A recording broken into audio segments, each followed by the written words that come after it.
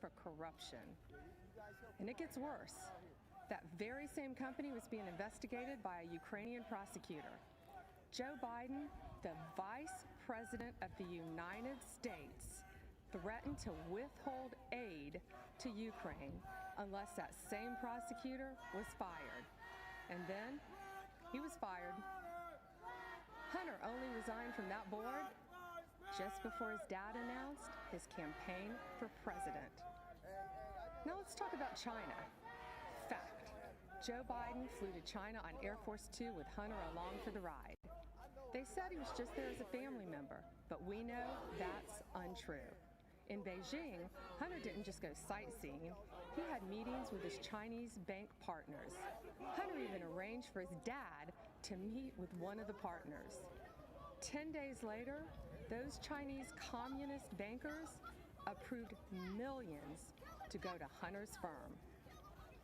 And those bankers work for the Chinese Communist Party, which oppresses their people, cheated American workers for decades, and covered up a deadly virus.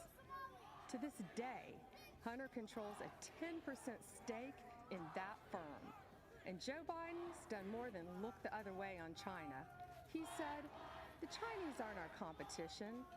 Come on, man, they're not bad folks." Come on, Joe. Talk to the folks in Middle America who lost countless jobs to China while your son was getting rich with them. But there's more. Fact: there have been numerous press reports that have shown other close Biden family members benefited from Joe's 47-year political career. Joe Biden was point person on Iraq.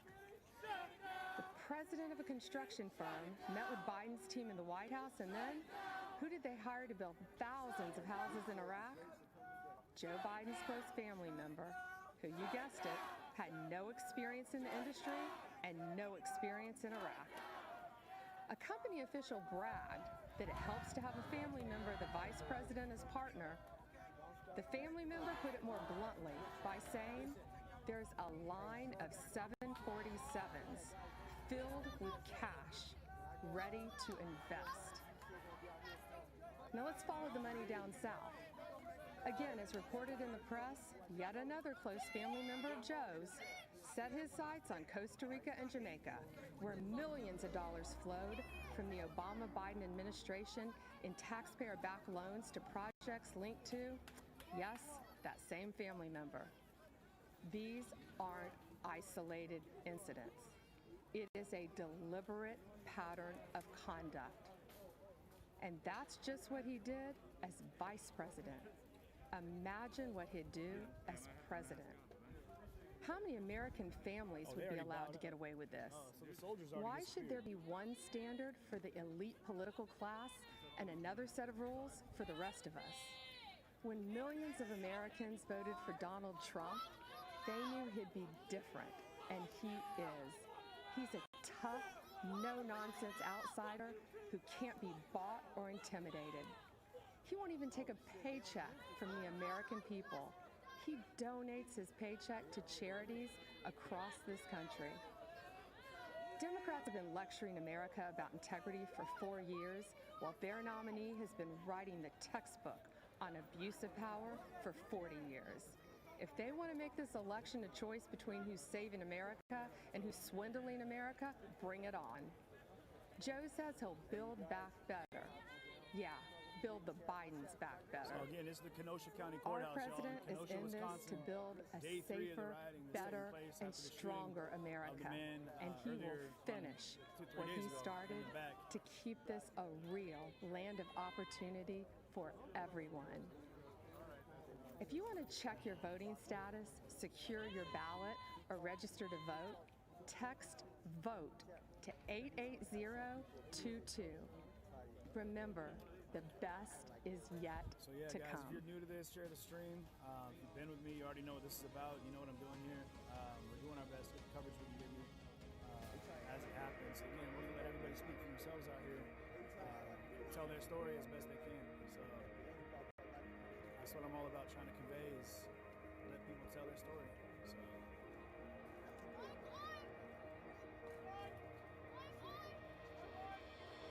Women played a very, very big role. The level of genius is unbelievable, frankly. You're what? You've got 70, 80 years on this earth. What are you going to do with it? Are you going to make that difference? Are you going to say, I was there for the big battles in our country to save America? It's what I feel very much called to do ever since I was a very young girl. In 2016, Donald Trump made his historic run for the office of United States President. Knowing the monumental task he would be undertaking, he rested all of his hopes for winning on one woman. Because of that trust, he became the 45th President of the United States, and Kellyanne Conway became the first woman in U.S. history to manage a winning presidential campaign. This president has been a champion for women mostly because he speaks to them as if they can handle and tackle all issues. I don't want a job because of my gender. I want the job because I'm the best person for that position. That's it. And he respects that. And he appreciates hard work. You can't ask for anything better, especially in a boss. President Trump continues to place strong women into significant positions throughout his administration and campaign, far more than any other president in U.S. history. That he has had and does have more women on his top team than any president before, but it actually goes down to his deputy assistants, to his special assistants, to our awesome teams throughout the West Wing.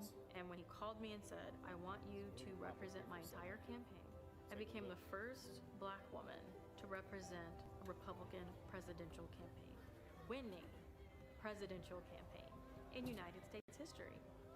Throughout his career, Trump has always touted family first as a core value. He shows this especially with his choices of press secretaries, choosing Sarah Sanders, the first mother to become a press secretary, Stephanie Grisham, the first single mother to serve as press secretary, and Kayleigh McEnany, who transitioned into the job while also transitioning into the job of mom. I have 4 children. Kellyanne Conway has 4 children. Ivanka has, I think between all the senior staff women, we might have 75 kids. I'm not sure, we've lost count, but the importance of the work is never lost on any of us. And truly, it is those children that we are fighting for and for their future. With these capable women placed in positions of powerful influence and authority, President Trump has proven that when the stakes are highest, he is proud to entrust many of our nation's most crucial jobs to women.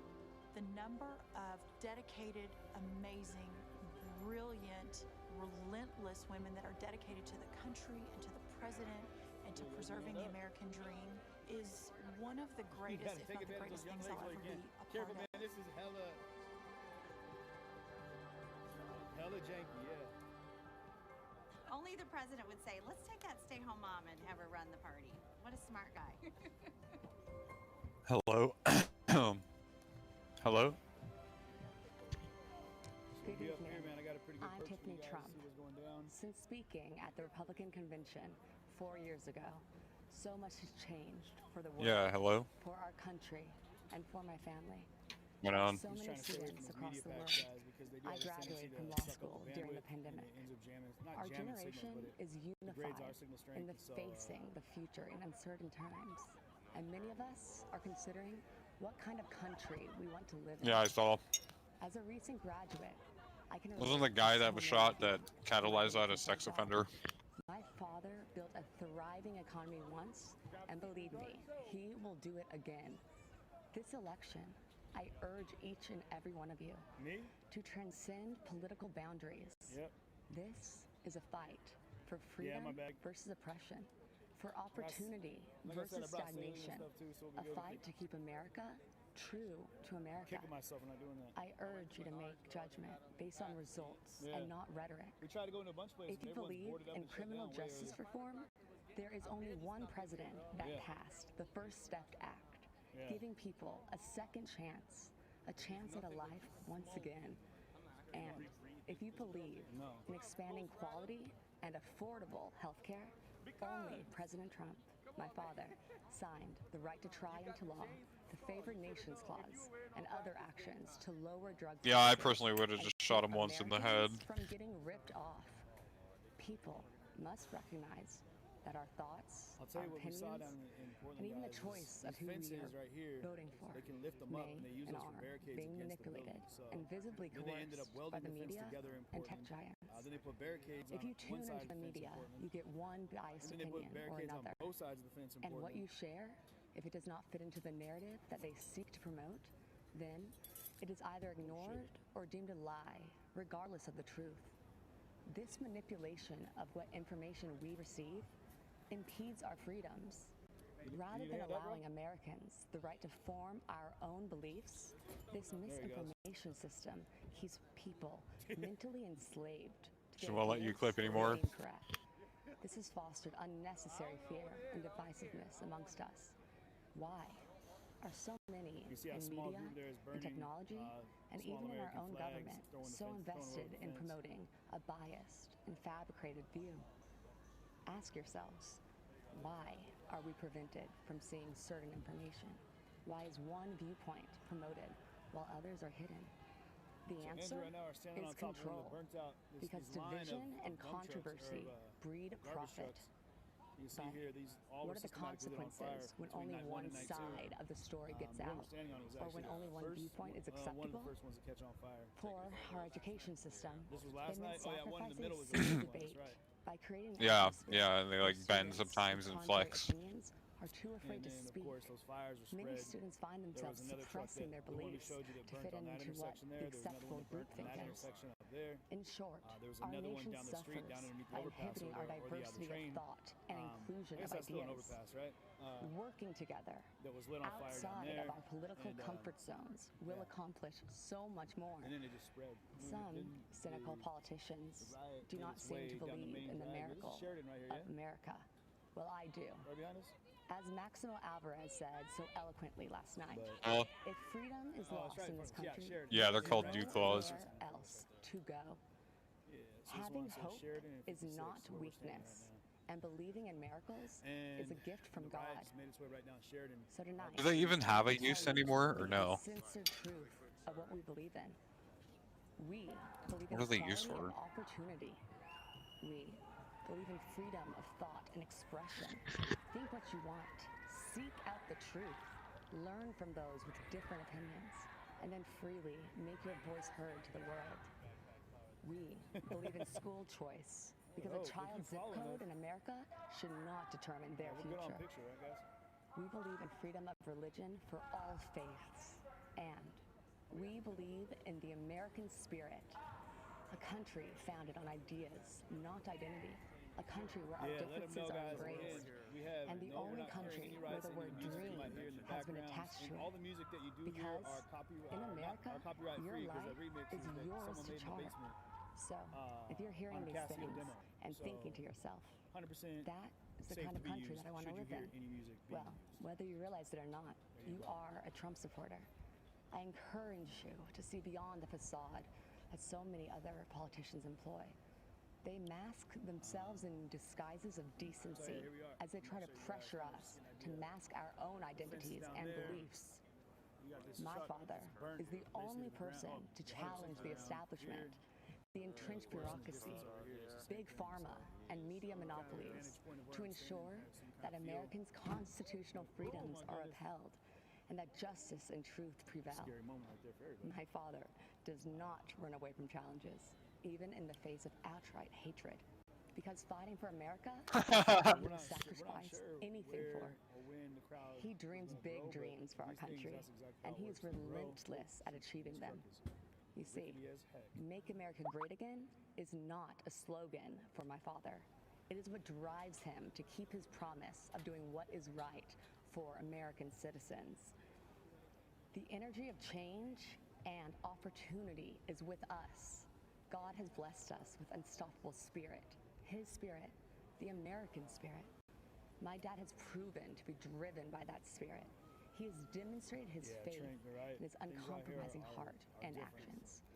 My father has made me believe that America can truly be great again. If you care about living your life without restraints, about rebelling against those who suppress your voice, and building your American dream, then the choice in this election is be clear. a part of this as it happens. A vote I think everyone for needs my to father, experience Donald J. this, Trump, is a vote to understand it uphold and our to better American process it. I ideals. think that's the only way that as Be things true go to on, yourself we'll and stay be able to have true kind to of the closure when dream of things America. hopefully return to some kind Thank you, and God normal bless state you of all. being.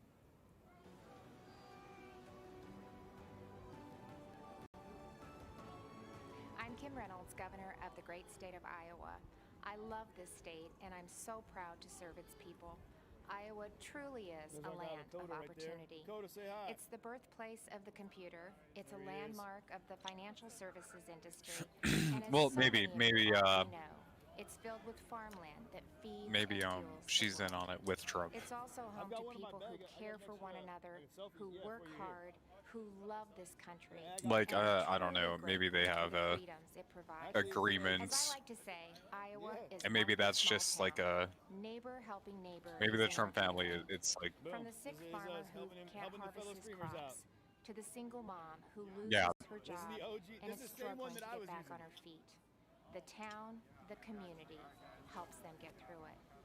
But what happens It's when like, a yeah. storm rips through almost the entire state? When So it's not one farmer who lost his crop, but hundreds. When it's not one neighbor who is without food, Yeah, they're but gonna knock that fence thousands. down here pretty quick. That happened fence is just not 2 standing weeks up. ago. A storm called a derecho with hurricane-force winds of up to 140 miles per hour wiped out millions of acres of crops, left thousands without power, destroyed homes, wrecked lives, and left Eventually devastation they'll figure in it its out. wake. I'm It not was the gonna say worst how to do storm it, so in I'm not our trying to plant state's seeds for how to history. make that happen, but And Iowans did what you once it's expect figured out, it's Iowans gonna be to pretty do. easy to happen. They helped each other, they took care of each other, and they still are. But someone else had our back, our president. When the winds had finished raging and the cleanup had only begun, he showed up. Now, you might not know that because the national media didn't report send me the it, link. but the Trump administration was here in full force. The day after the storm, the president called to assure me that we had the full backing of the federal government. Are you streaming Discord Later that week, audio right Vice now? President Pence came to Iowa to again Okay, good. assure us that the president and his administration were behind us. I would not rely on that. I would cut Discord out of the stream. Someone will come in here at some point and say something fucked up. That will help Iowans get back on their feet. The president, he cut through the bureaucracy to do what needed to be done and to do it quickly. But that's not the first time President Trump showed Iowans that we can rely on him. In 2019, when 100-year floods breached nearly every levee and devastated communities large and small along the Missouri. All right, here they come. Police are out. The president approved our request. I mean, you put a fence up, they're gonna attack the fence. The thing is, when they try, like when they get close to breaking the fence down, they never really seem to go past it. And Wisconsin's governor actually called for the reinforcement of the National Guard, so I don't think he's going to do what the Portland mayor did, which was charge the federal government like $1,500 or something like that every 15 minutes that a fence was up around the federal courthouse in Portland, which is federal property and jurisdiction. But apparently because the fence was like a foot or two too far out, the city was trying to charge him for it, and it's like, Ted Wheeler's an idiot. He's fucking so dumb. At least the governor in Wisconsin called the National Guard out on day 2 because, yeah, he saw what happened to Portland, and even that did not prevent Kenosha from getting burnt down last night. They're still building standing, though, so I can't... Like, putting the fence up, though, and having a smaller but more hardline perimeter may be the way to go, because it'll keep the protesters all around the courtyard or courthouse for longer. Because they, like last night, what they did that I think is where they fucked up is they just they were using the LRAD occasionally, especially like they would flip it on right after somebody would throw a large mortar fireworks shell at them. And after the garbage truck and stuff got burnt down and when they were trying to move personnel carriers around. But then there was a point where they turned it on and pretty much left it on. And it's a long-range acoustical device. Like, it shoots clear across the park that's just to the south of the courthouse. So they were able to force the entire protest back and just completely out of the area. And they were like, okay, well, since we're getting shot with so liberally with paintballs and all this other shit, there's even a cannon up on the carrier that had the LRAD on it. That they were, I think they also had like some kind of LMG paintball gun mounted to it or something. And they were shooting the M40 impact. It's like a foam impact thing, but it's packed with like the powder, the pepper powder. So it acts as like a small pepper bomb, mace bomb when it hits somebody. But those were going off. And what they did was they pushed everybody so far away that they had really no direction to go except east on 60th, which led towards the downtown area that had a car lot and a freaking furniture store that got burnt down, and of course the Department of Corrections, the Youth Department of Corrections or whatever, also got burnt down last night. So using a fence and just keeping a perimeter that way so that the police and the protesters are just kind of like fighting over the fence instead of longer range territory. I think that's going to keep everybody clustered around the courthouse for longer. They may not be as motivated to go out and burn shit down, especially since a lot of it's already kind of burnt down. They only sent 124 guards members, so they were only really there to assist the fire department and stuff to make sure that, oh, there goes the LRAD. Make sure the fire department could get to the structure fires and shit, which they definitely didn't get to in time. Still took them basically an hour to get to the furniture store, which was entirely gone by the time they even got to it. Same thing with the car lot.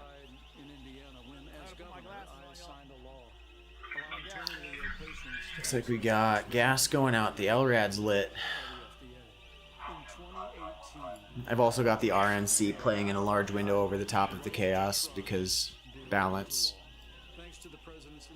The RNC's been so much nicer than the DNC. Well produced. Really well done. I mean, the DNC was probably shit just because Harvey Weinstein can't produce it anymore because he's a fucking sexual deviant.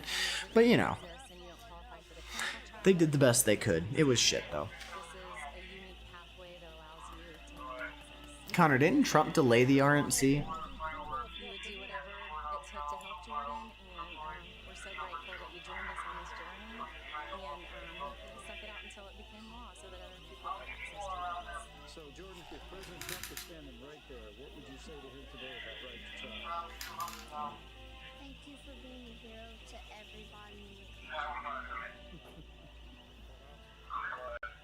Judge Cheryl Allen made history in 2007 when she became the first African-American woman to be elected to serve on the Pennsylvania Superior Court. It's because of leaders like Judge Allen that our nation has overcome the greatest challenge. Uh-oh. They just called for a reactionary force because you have multiple groups of protesters taking positions with rifles.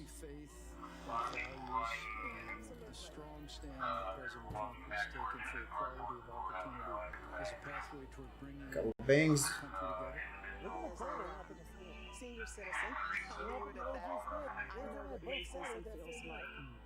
At least 3 people with long guns taking up positions. Now, I don't know if these are the local Kenosha militia that did make an appearance last night and were trying to protect some of the car lots and shit.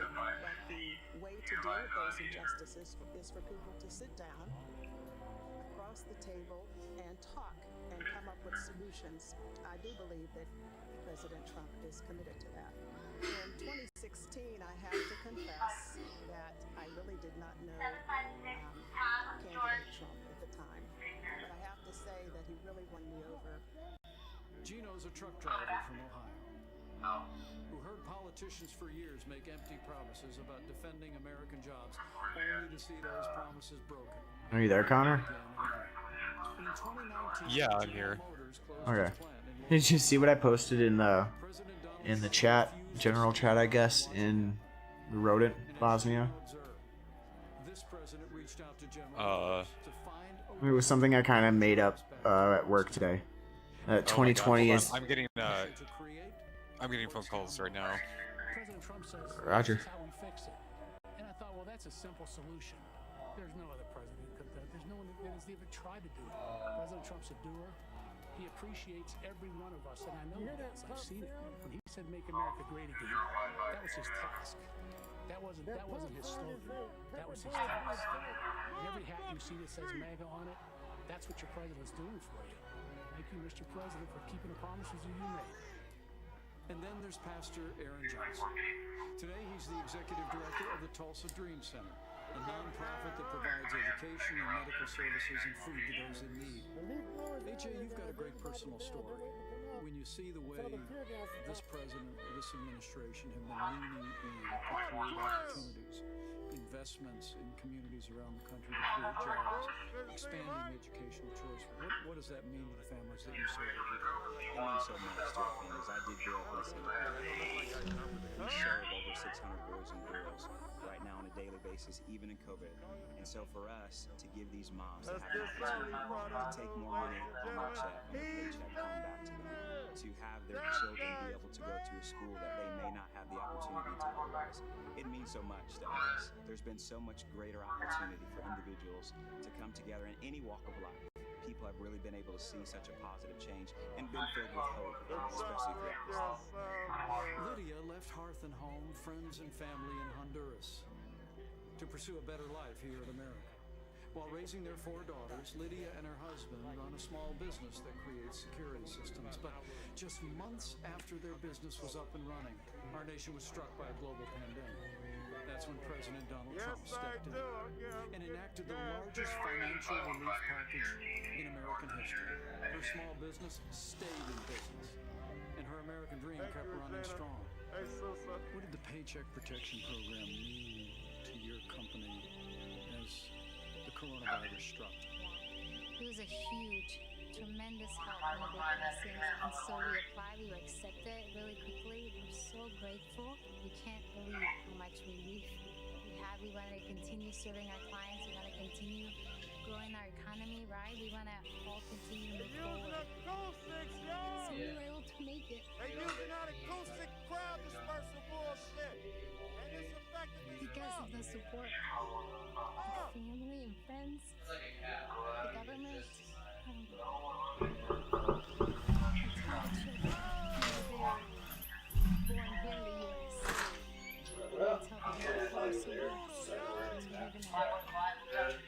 Here at Abraham Lincoln's boyhood home, a young man would grow up to become the first Republican president of the United States. And today, another Republican president is fighting to preserve that same noble legacy of freedom. And President Donald Trump will make certain that the torch of American opportunity illuminates every city, every town, and every community in this blessed land. Hi, I'm Ryan Holitz. I'm a police officer from New Mexico. In 2017, I had an encounter that changed my life forever. I had just started my shift and responded to a call for service at a gas station. When I arrived, I saw a man and a woman sitting on a grassy slope. I recognized the telltale signs: a needle, a spoon. I knew immediately that they were preparing to inject themselves with heroin. Sadly, this is a common sight for me. I encounter the ravages of addiction every day. But nothing could prepare me for what I discovered as I approached them. The woman was very pregnant. In my shock, I asked her if she knew that she was harming her baby by doing drugs. She crumbled and burst into tears. Two worlds collided as I knelt down beside her. A police officer and a homeless drug addict, brought together by forces outside of our control. As we talked, our humanity, distinct from our stations in life, was made abundantly clear. Her name was Crystal, and in the midst of her suffering, she confided that she loved her unborn baby. She wanted the best for her child. In that moment, I saw her the way that all of you who know and love an addict see them. As fathers, mothers, brothers, sisters, children, cousins, and friends. As human beings, full of value and dignity, but robbed of their potential by this disease.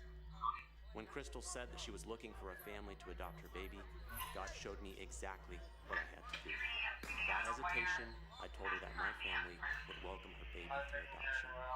Today, our beautiful daughter Hope is a thriving 2-year-old. Crystal is fast approaching 3 years of recovery. She is a dear friend and a constant inspiration to me and others. I hold a special place in my heart for those facing opioid addiction, and that's why I'm enormously grateful to the President for his leadership in fighting this deadly epidemic. Through his efforts, We're shooting at this guy throwing water bottles. Someone's on the American flag on fire right there. Declared the opioid crisis to be a public health emergency, and then secured $6 billion in new federal One guy funds just to help nonchalantly Americans hand on fight hip. opioid abuse. He invested an additional $100 million to stop the opioid crisis in rural America. And in a move that strikes at the root of the problem, he implemented a safer prescribing plan aimed at reducing opioid prescriptions by over a third within 3 years. This is an effort that stops addiction before it ever gains a hold of someone's life. Here it comes from the top there. Again, Drug overdose shooting those less deaths lethals. Those squids I showed you guys yesterday, for the they're impact rounds, sandbags, many of the state's hardest hit or by the they're opioid impact crisis batons. are seeing Those the sound a little bit largest drop bigger and in heavier. overdoses. Those are like a 50 millimeter, We're if I seeing think, that right? doctors are writing fewer prescriptions for opioid Unfortunately, I do not have earplugs right now, so that LRAD is super loud when it comes this way. We are fortunate in America to have a president who cares deeply for the downtrodden and who works tirelessly to find solutions. A president who doesn't just talk, but stops and We stay right where we're at.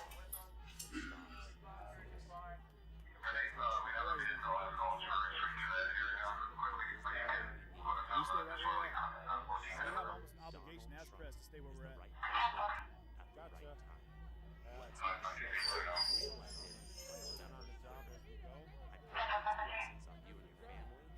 May God bless America.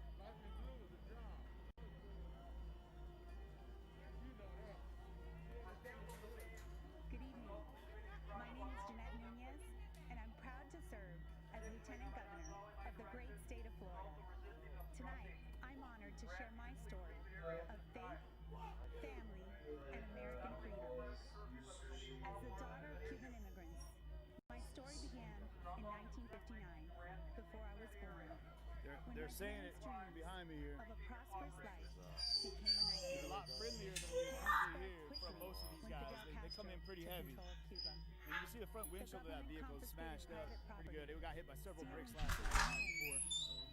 What we got? Oh, you're good, boss. You're good. It's a small tank. I think you can handle it. Above us, right here, directly, is a drone. You can't see that. Fellow Americans, the fabric of our nation is in peril. They're saying it's declared a state of emergency.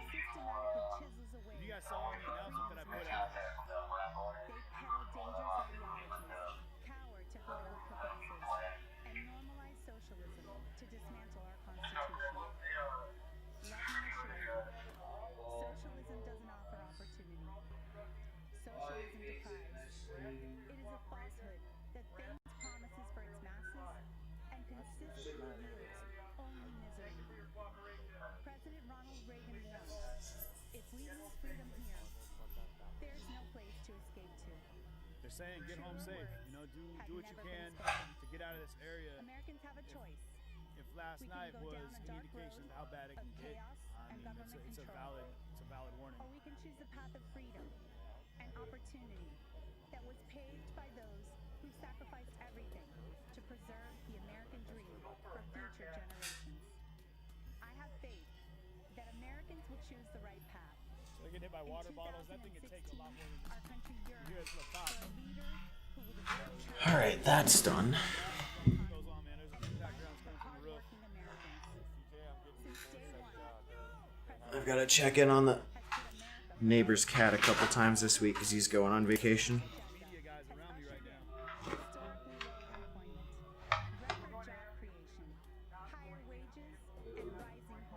Is this plastic?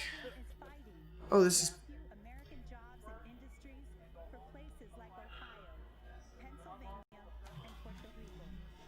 Jobs that were needed The fuck she say Puerto Rico like that? Why are her eyes so open? Close your eyes a little bit, lady. You look scary.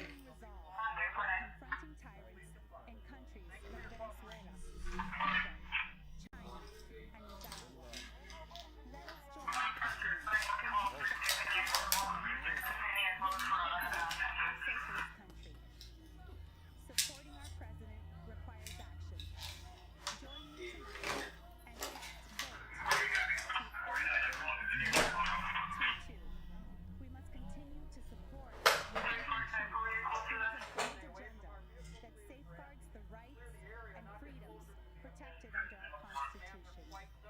Today, more than ever, that means supporting our men and women in law enforcement and our heroes in uniform. It means fighting to provide the best quality education.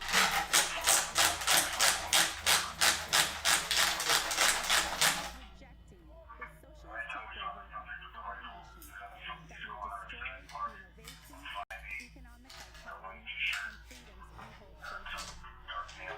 As a daughter of immigrants, a wife, a mother of three, and the first Latina lieutenant governor in the history of the state of Florida, it is my distinct privilege to share my story, which is really your story, and the story of a nation that has opened its doors, lifted its people, and yielded success in a way only the United States of America can.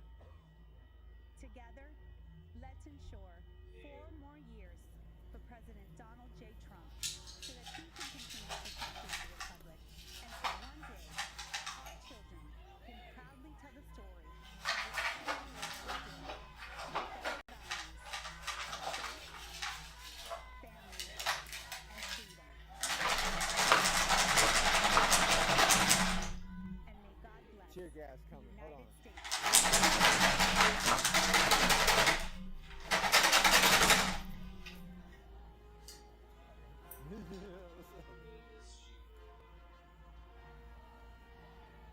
Ladies and gentlemen, the President of the United States.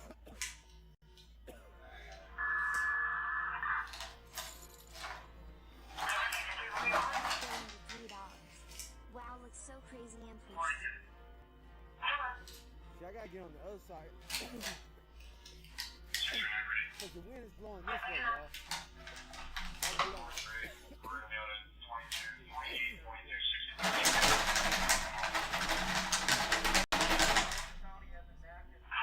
On behalf of everyone here today, I'd like to express my gratitude to you, Mr. President, for hosting this naturalization ceremony here at the White House. To our candidates, as our fellow citizens, candidates for naturalization, please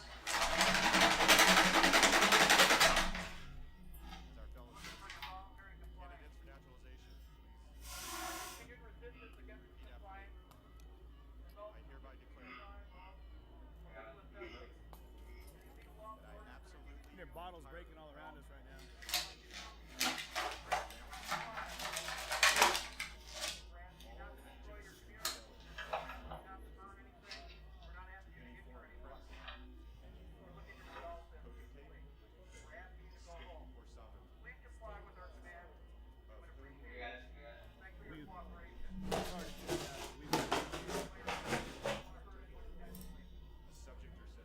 We know your conscience and we don't want to hurt anybody intentionally, is what he's saying. I hope you guys are hearing what he's saying behind me. That is the nicest LRAD I have ever heard, ever. Like, and they say that, and then they have to pop the top and start shooting at people with these pepper balls. Oh, here comes the pepper spray.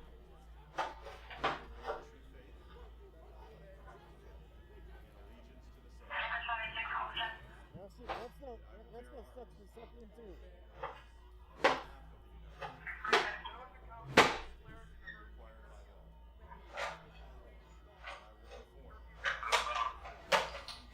There's quite a few people that gathered up behind me. You got your shield on starting right here. Right there, you guys see it.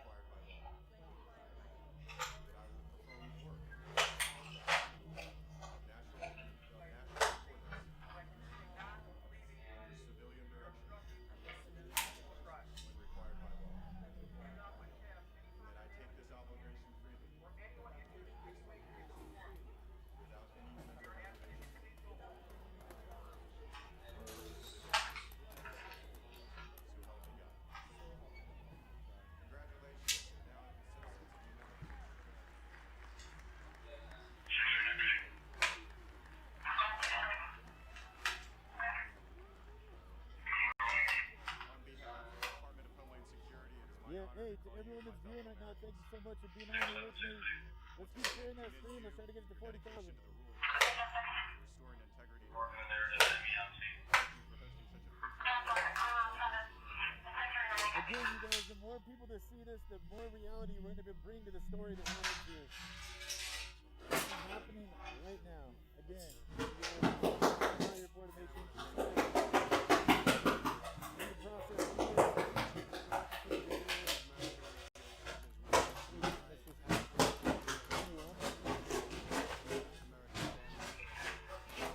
fellow citizens of the greatest nation on the face of God's earth. Congratulations. The roof is where they've got they're taking pot shots from up there. They impact rounds into those pepper balls. Our values and proved yourselves to be men and women of the highest integrity. It's not so easy. You went through a lot, and we appreciate you being here with us today. You've earned the most prized, treasured, cherished, and priceless possession anywhere in the world. It's called American citizenship.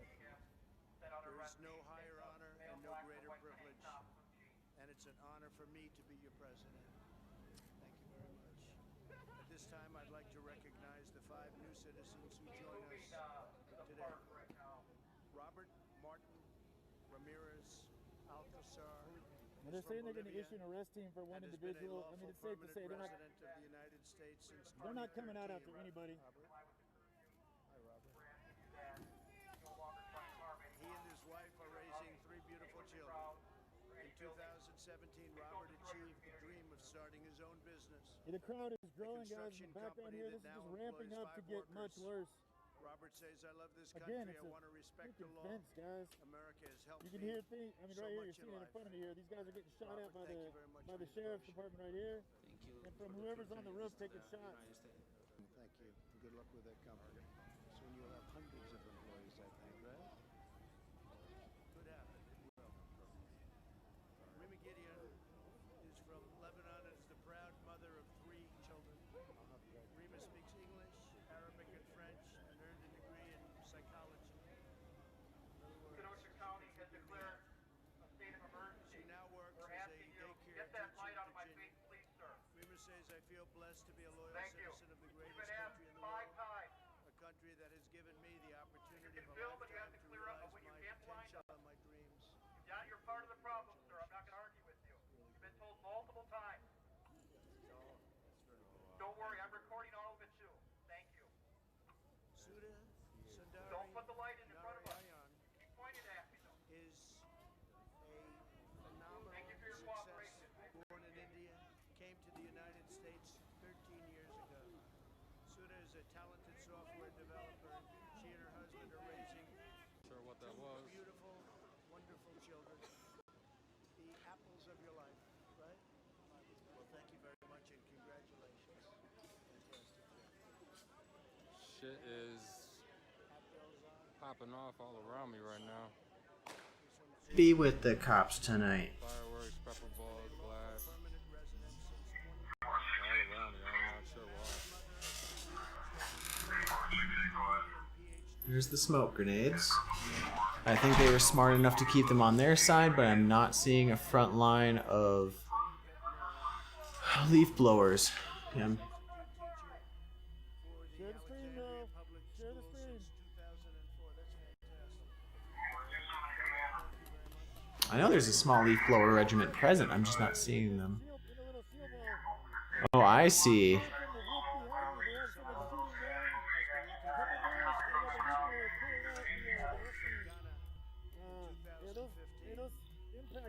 All right, President speaking. 5 languages and works the medical field. Salih says that the American citizenship means everything to me in my life. It cannot be measured or quantified. I have the chance to work hard and succeed in life. To know that I am in the safe country like America, that really is something because I know they have my back. Salih, thank you very much. Congratulations. Fantastic job. Congratulations to everybody. With the rights and freedoms each of you now enjoys as citizens, there is no dream beyond your wildest reach. because Americans can do anything. Today you have also accepted the profound duties and responsibilities that come with American citizenship. By swearing the oath of allegiance, each of you has entered a sacred and unbreakable covenant with our nation. You have pledged your undying loyalty to the American people, the American Constitution, and the American way of life. I got working there. It was clogged with a lot of shit. Huh? Yeah. I mean, I guess I can't really compare it to before. It's gonna seem like it works really great, but that's only because Suni's completely matted our carpet down with her fur. So even in just the little area I did that I had to do because when I was cleaning it out, I got dirt fucking everywhere. Our vacuum's actually nice and clean. 2 screws, and then you just sit and like jerk off the fucking extended tube thing that's down here at the bottom part. So like this part separates, but then like these 2 screws and this is all also extended. And this, I can pull it back and just pop out and most of the shit, so Congratulations again to all of you. May God but hey, it bless works. you and may God bless So I'll do a full vacuum tomorrow after work. America. And I got the key to Kobe's apartment if you know when you walk in for the week. I just gotta check in. He's going on vacation, so I'm just gonna check in on food and water occasionally. Nice. Super soft long hair cat though. Good evening, Almost America. put you to shame, sketch When I stood on this convention stage 4 years ago, no one fully understood the historic change that was about to take place. We could all feel it. Something was happening. So they put up a fence up outside the courthouse now. The forgotten man and woman, voiceless in Washington, D.C., were preparing to And rise they're up. speaking at the earth. Our movement followed the pattern of so many that came before us. First, we were ignored. I think the fence outside the courthouse is a good idea because it's going to keep the crowd and everybody there, because they're just going to keep trying to attack the fence because they wouldn't dare actually go past it even if they did bring it down. Like they didn't even do that in Portland when they were able to drop the fence. But in the view of the radical Democrats, America is the source of the world's problems. As a result, they believe the only path forward is to erase history and forget the past. They want to destroy the monuments of our forefathers. They want to disrespect our flag, burn the stars and stripes that represent patriotism and the American dream. They want to disrespect our national anthem by taking a knee while our armed forces lay down their lives every day to protect our freedom. They do not want the Pledge of Allegiance in our schools. Many of them don't want one nation under God. The Democrats want to defund and disrespect our law enforcement. The Democrats want an America where your thoughts and opinions are censored when they do not align with their own. President Reagan said, freedom is never more than one generation away from extinction. It must be fought for, and it must be protected. This is the fight that we are in right now, and it is a fight that only my father can win. My father ran not because he needed the job, but because he knew hard-working people across this great country were being left behind. The media mocked these patriots in the flyover states in which they lived. They ignored the Trump flags. They ignored the millions of MAGA banners and barns painted in red, white, and blue. The silent majority had no one fighting for them in either party. Their so-called leaders were bowing to China, bribing Iran, and spending more time worrying about how they'd be received by the elites in Paris than how Americans would provide for their families in Pittsburgh. Our family lost friends, but it only pushed us to fight harder. My father pledged to every American in every city, state, and town that he was going to make America great again. And so began the Great American Comeback. Almost immediately, taxes were slashed, regulations were cut, and the economy soared to new heights, heights never seen before. Wages went through the roof. Unemployment reached the historic lows, especially for Black Americans, Hispanic Americans, and women. Trade deals were ripped up and renegotiated. Lights were turned back on in abandoned factories across our country. Trillions of dollars were repatriated back to the United States, which had been sitting in foreign lands for far too long. Once again, America became the envy of the world. And with that renewed strength came leverage. The president demanded that our allies pay their fair share for the defense of the Western world. My father rebuilt the mighty American military. adding new jets, aircraft carriers. He increased wages for our incredible men and women in uniform.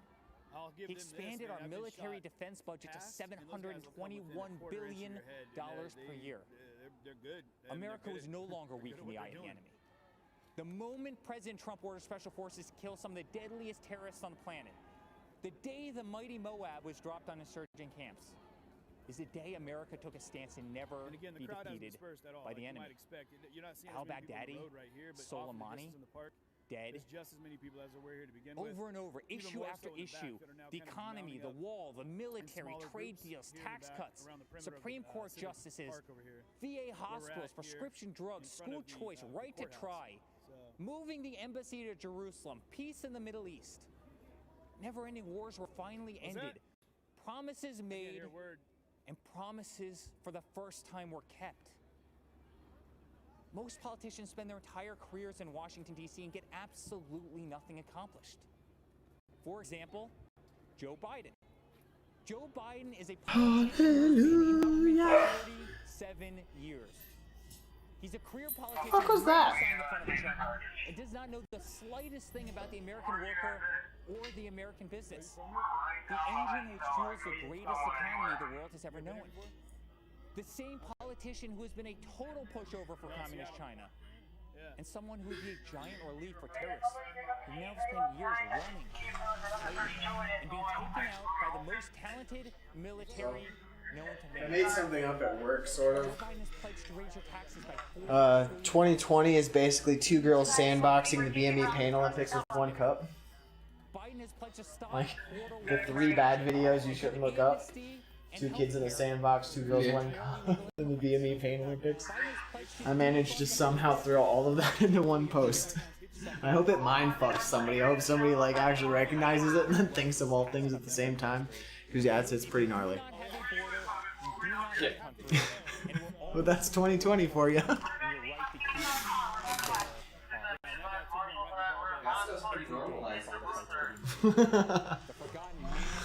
If they were wearing a COVID mask.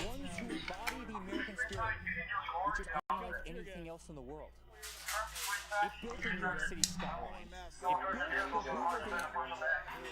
And soon, under my father's leadership, it will send Americans to Mars. The American spirit can be felt in the majesty of the Grand Canyon, the shadows of Mount Rushmore, and the stillness of the air at Gettysburg. It can be seen in the wide-eyed wonder of every American child as they take their first breath in the greatest country the world has ever known. It defeated fascism, it defeated communism, and in 68 days it will defeat the empty, oppressive, and radical views of the extreme left. So 61st and 30th, they are preparing to loot. What it was once like in the United States, where men and women. Yeah, right around here. That's 29th, and then it goes to Wood, which is also 30th. So there's a group right about here of, I think, officers posted up to prevent looting, but he said he's tracking a group. To the law enforcement officer, who's being attacked, betrayed, and whose job they are trying to make extinct. My father will fight for you. To all houses of worship, and to all people of faith, stripped of our religious freedoms and religious liberties, my father will fight for you. To the voices, shamed, censored, and canceled, my father will fight for you. To our farmers who work dawn to dusk to keep our plates full, my father will fight for you. To every single mother and father, to our veterans, our coal miners, and to the American someone's getting arrested. My father will fight for you. And to every proud American who bleeds red, white, and blue, my father will continue to fight for you. There's been a few arrests already tonight. In closing, I'd like to speak directly to my father. I miss working alongside you every single day, but I'm damn proud to be on the front lines of this fight. I'm proud of what you're doing for this country. I'm proud to show my children what their grandfathers like. I'm proud to watch you give them hell. Never stop. Continue to be unapologetic. Keep fighting for what is right. You are making America strong again. You are making America safe again. You are making America proud again. And yes, together with a forgotten man and woman who are finally forgotten no more, you are making America great again. Dad, let's make Uncle Robert very proud this week. Let's go get another Koreans. I love you very much. God bless you, and God bless the United States of America. Shout out to everybody who's watching my channel, Reg Incognito, baby.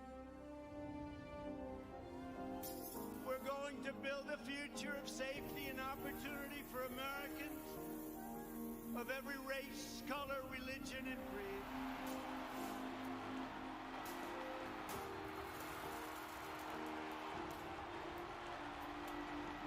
Our president has created such a surplus that when this pandemic hit, he was able to refund Americans without indebting us. We're all better off when former inmates can receive and re-enter society as law-abiding, productive citizens. They now have a chance at more opportunities than they've ever had before.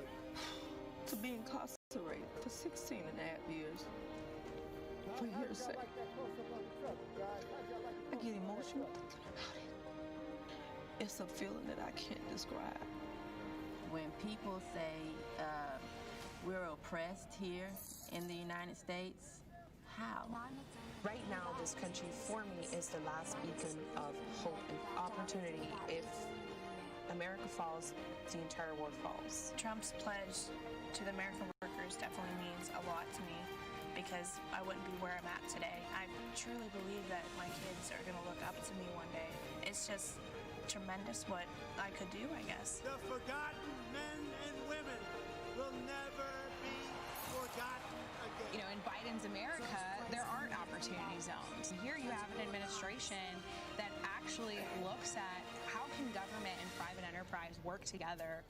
As we fight to deliver a better future for all women and for all Americans, we remember the wonderful victory 1 century ago. And in the following November, the ladies appeared at the polls on Election Day by the hundreds of thousands. They had won their right to vote. Before the China virus set in, it struck our nation. Women had gained 4.3 million jobs, a record. The women's unemployment rate had plummeted to the lowest level in more than 65 years.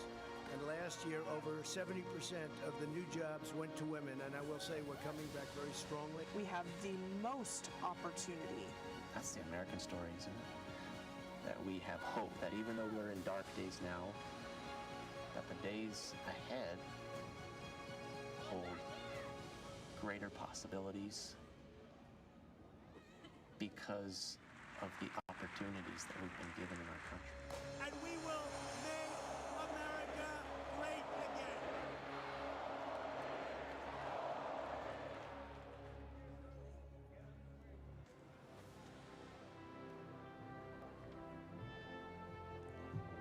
Good evening. My name is Daniel Cameron. I'm 34 years old and the first African-American Attorney General in Kentucky history. It is an honor to be with you as a proud Republican and supporter of Donald J. Trump. I was raised in Kentucky, just a few miles from Abraham Lincoln's birthplace. Our first Republican president believed in compassion, self-reliance, freedom, equality, and justice. Sadly, there are some who don't believe in this wisdom or in the better angels of our shared American history as they tear down the statues of people like Ulysses S. Grant, Frederick Douglass, and even Mr. Lincoln himself. Lincoln said, "Any nation that does not honor its heroes will not long endure." And for Republicans, our heroes are those who propelled an imperfect nation ever forward, always striving to make life better for everyone. Even as anarchists mindlessly tear up American cities while attacking police and innocent bystanders, we Republicans do recognize those who work in good faith towards peace, justice, and equality. In fact, it was General Dwight Eisenhower, a future Republican president, who said, "Democracy is a system that recognizes the equality of humans before the law." Whether you are the family of Breonna Taylor or David Dorn. These are the ideals that will heal our nation's wounds. Republicans will never turn a blind eye to unjust acts, but neither will we accept an all-out assault on Western civilization. My values were shaped by my faith and by my parents. I worked at a small coffee shop, meeting people from all walks of life. And I realized something. No matter who we are, everyone needs a cup of coffee. That lesson stuck with me because despite our differences, we all want the same things. For our children to have more opportunities than we did, to feel the dignity of work, and to believe that if you play by the rules, you can make a good life for yourself and your family. So the question is, will we choose the path that gives us the best chance to meet those universal desires? Or will we go backward to a time when people were treated like political commodities who can't be trusted to think for themselves? I think often about my ancestors who struggled for freedom.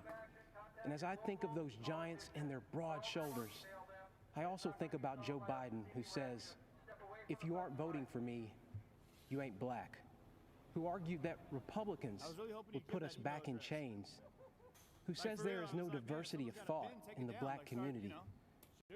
Mr. Vice President, look at me. I am black.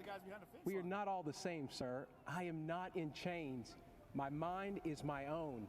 And you can't tell me how to vote because of the color of my skin. Joe Biden is a backwards thinker in a world that is craving forward-looking leadership. There's no wisdom in his record or plan, just a trail of discredited ideas and offensive statements. Joe Biden would destroy jobs, raise our taxes, and throw away the lives of countless unborn children. And he is captive to the radical left, a movement committed to cancel culture and the destruction of public discourse. They believe your skin color must dictate your politics. And if you fail to conform while exercising your God-given right to speak and think freely, they will cut you down. The politics of identity, cancellation, and mob rule are not acceptable to me. Republicans trust you to think for yourself and to pursue your American dream however you see fit. Mr. Lincoln said the dogmas of the quiet past are inadequate to the stormy present. The occasion is piled high with difficulty, and we must rise to the occasion. I believe Donald Trump can meet Lincoln's mandate, even as Joe Biden remains trapped by his own failed record and by the radicals who dominate his party. Let's be honest. No one is excited about Joe Biden. And so I ask you to judge the record. On criminal justice reform, Joe Biden couldn't do it, but President Trump did. On the economy, Joe Biden couldn't do it, but President Trump did build an economy that worked for everyone, especially minorities, and he will do it again. And on immigration, Joe Biden promises more to illegal immigrants than he does to you. But President Trump believes his highest duty is to the American worker. The choice is clear. Let me close with something my mom told me. This country's many faces comprise a family, not separate parts to be divided against each other. And like any family, we care for one another. We grieve together. We share our burdens and our struggles, and we celebrate our successes. And though we fuss and fight, we are not enemies. We are Americans, united by a collective faith in our Constitution and laws and the fundamental fairness they represent. We are defenders of life and of individual liberty, and we carry the mantle of Eisenhower and of Reagan to be a force for good in this world, and one that must always be reckoned with. That's my Republican Party, the party of Lincoln, that believes America is an indispensable nation, an evergreen tree, standing tall in a turbulent world. And that's why I am voting for Donald Trump for president. Thank you, and God bless. And God bless. Hey, let me get some water.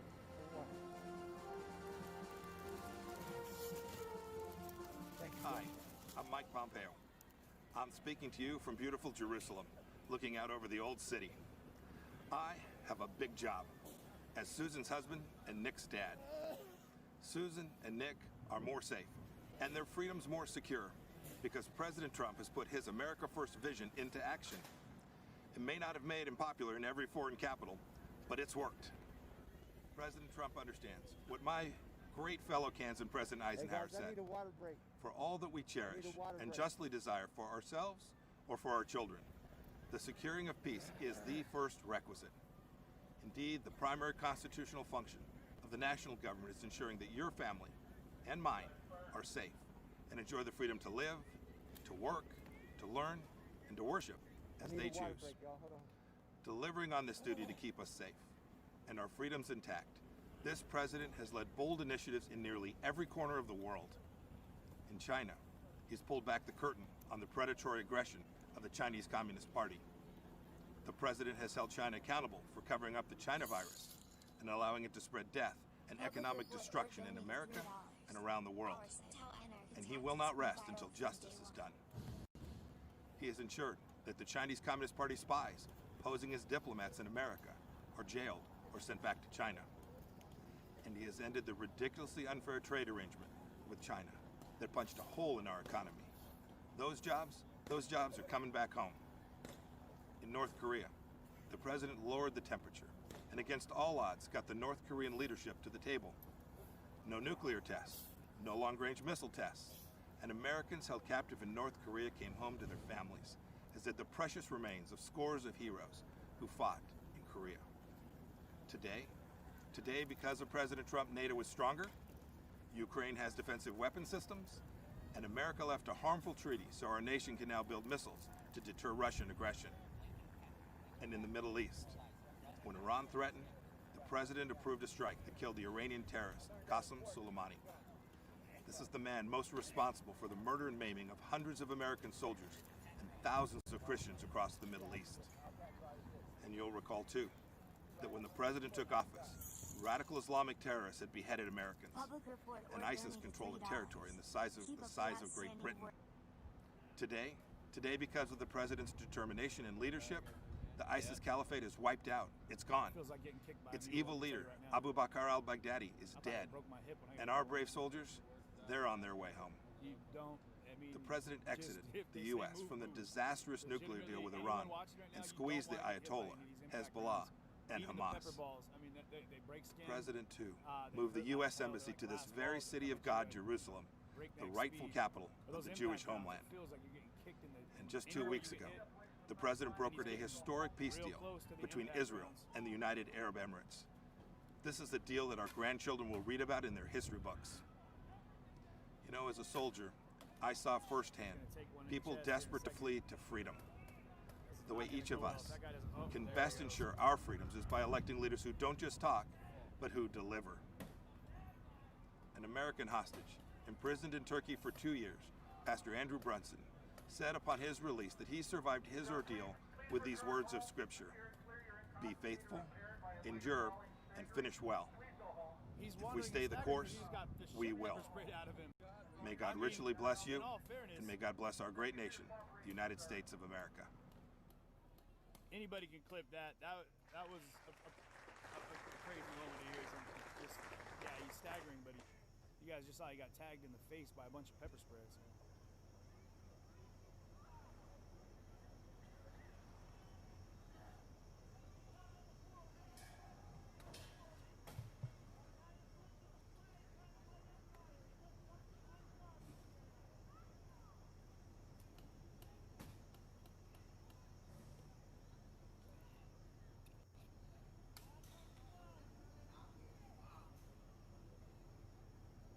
And that dumpster is flipped, and they built another barricade out of cones and miscellaneous items. Yeah, no matter where you're at, dude, you're in the war zone. Yeah, you're in proximity enough to get hit by anything, man.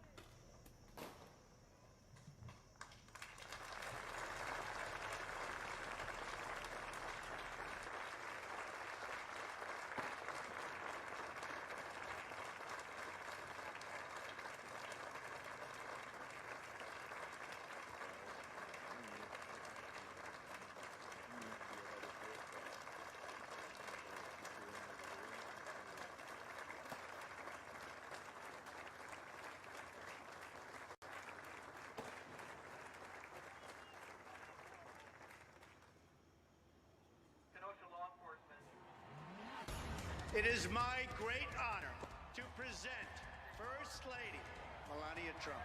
First Lady Melania Trump. First Lady Melania Trump officially kicking off her Be Best initiative. She is courageous. She's taking on a tough topic. Focused on the well-being of children, social media use, and opioid abuse. Let's join together in the committing to help children dream big, think big, and do all they can to be best in everything they do. This is her showcasing what she brings to the position of First Lady. She is smart, independent, and I think people have underestimated her big time. The First Lady was amazing. She was gracious, empathetic, and showed true compassion. First Lady Melania Trump stepping out onto the world stage. Her Be Based campaign is now going international. She has the advantage of speaking several languages. She can be a diplomat for our country. The sun was shining. She was greeted by children. This, of course, is her continuing to work on her Be Best campaign by shining a spotlight on successful programs that teach children tools and skills. She represents our country, enormous warmth and elegance and grace. Throughout history, women have made lasting impacts on society, and these women represent the strength of the female spirit. As First Lady of the United States, I'm proud of what this country continues to do for women. We as women must continue using our great tool of empowerment, our voices.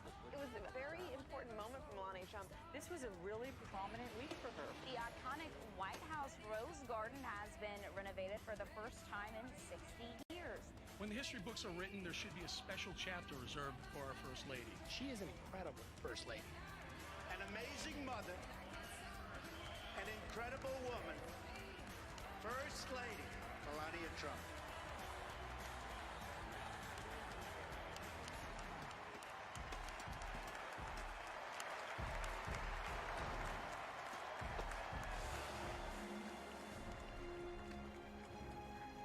Ladies and gentlemen, please welcome the First Lady of the United States, Mrs. Melania Trump.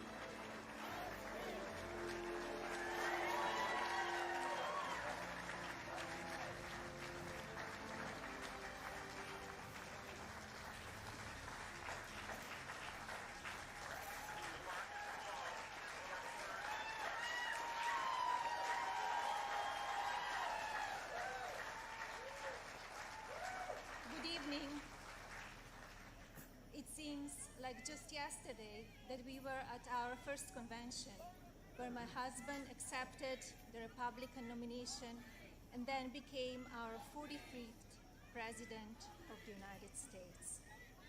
Yet the energy and enthusiasm for who should lead this nation, it is real today as it was 4 years ago. I know I speak for my husband and the entire family when I say we have not forgotten the incredible people who were willing to take a chance on the businessmen who had never worked in politics. We know it was you who elected him to be Commander-in-Chief, and we know it is you who will carry us through again. We were humbled by the incredible support then, and we are still grateful today. I want to acknowledge the fact that since March, our lives have changed drastically. The invisible enemy, COVID-19, swept across our beautiful country and impacted all of us. My deepest sympathy goes out to everyone who has lost a loved one, and my prayers are with those who are ill or suffering. I know many people are anxious and some feel helpless. I want you to know you're not alone. My husband's administration will not stop fighting until there is an effective treatment or vaccine available to everyone. Donald will not rest until he has done all he can to take care of everyone impacted by this terrible pandemic. I want to extend my gratitude to all of the healthcare professionals, frontline workers and teachers who stepped up in these difficult times. Despite the risk to yourselves and your own families, you put our country first, and my husband and I are grateful. I have been moved by the way Americans have come together in such an unfamiliar and often frightening situation. It is in times like this that we will look back and tell our grandchildren that through kindness and compassion, strength and determination, we were able to restore the promise of our future. Businesses stepped up and volunteers stepped in. People were eager to share ideas, resources, and support of all kinds with neighbors and strangers alike. It has been inspiring to see what the people of our great nation will do for one another, especially when we are at our most fragile. Speaking of strength and determination, we recently celebrated the 100-year anniversary of the passage of the 19th Amendment. Yesterday, on the North Lawn of the White House, we unveiled an exhibit dedicated to women's suffrage. The exhibit called on children from across the country to send art honoring the meaning of this important time in women's history. When I was judging the entries, I reflected on the impact of women's voices in our nation's story, and how proud I will be to cast my vote again for Donald this November. We must make sure that women are heard and that the American dream continues to thrive. Growing up as a young child in Slovenia, which was under communist rule at the time, I always heard about an amazing place called America, a land that stood for freedom and opportunity. As I grew older, it became my goal to move to the United States and follow my dream of working in the fashion industry. My parents worked very hard to ensure our family could not only live and prosper in America, but also contribute to a nation that allows for people to arrive with a dream and make it reality. I want to take the moment to thank my mother and father for all they have done for our family. It is because of you that I'm standing here today.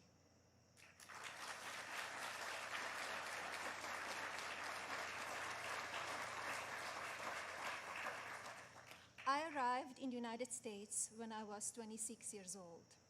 Living and working in the land of opportunity was a dream come true, but I wanted more. I wanted to be a citizen. After 10 years of paperwork and patience, I studied for the test in 2006 and became an American citizen.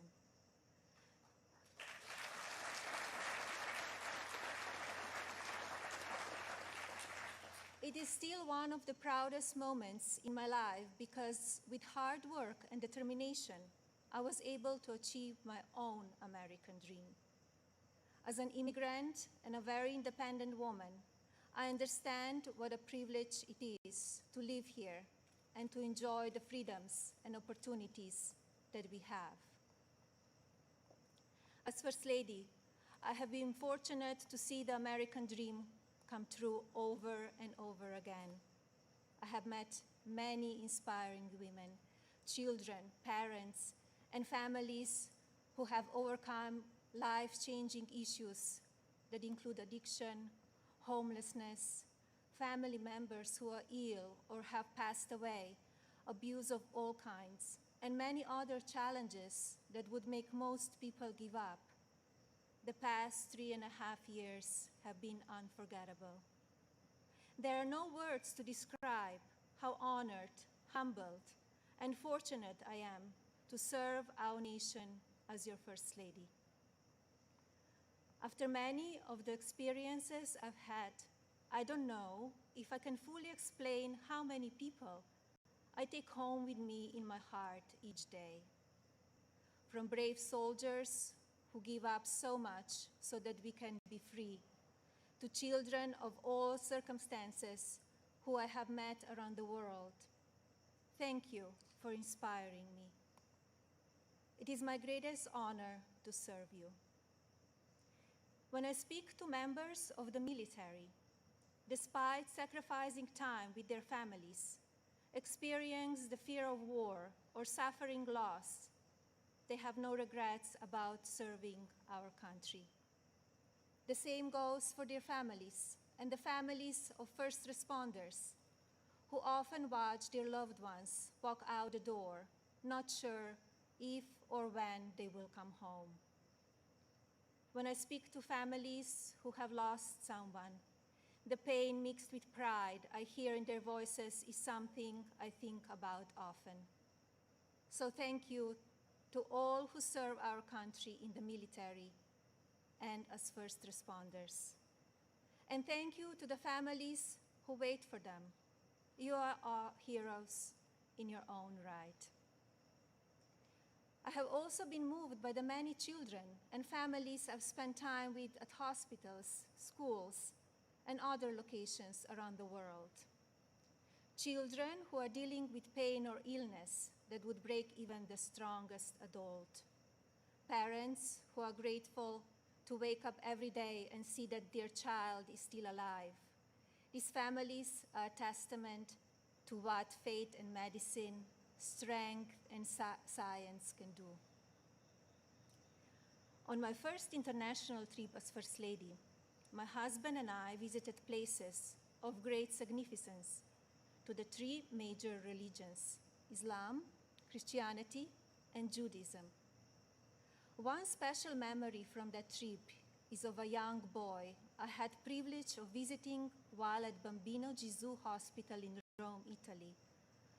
While there, I read the little boy a story and learned that he and his family had been waiting for a heart for a very long time, and he had a grim prognosis. His situation brought my staff and me to tears, and we spoke of a little else as we flew to Belgium for the next part of our trip. Upon landing just a few hours later, we learned that a heart had been donated and would be going to the little one. I think about him often, along with so many amazing and strong young patients across our own country. More profound and sadly unavoidable examples of our country's strength and character have occurred in the communities that have been impacted by natural disasters. Hurricanes, tornadoes, and flooding may show the ugly side of Mother Nature, but in their aftermath, they can show us a beautiful side of humanity. My husband and I have visited many places that have been affected by natural disaster, and we are deeply moved by the strength of the people who have lost everything and the kindness of neighbors and communities.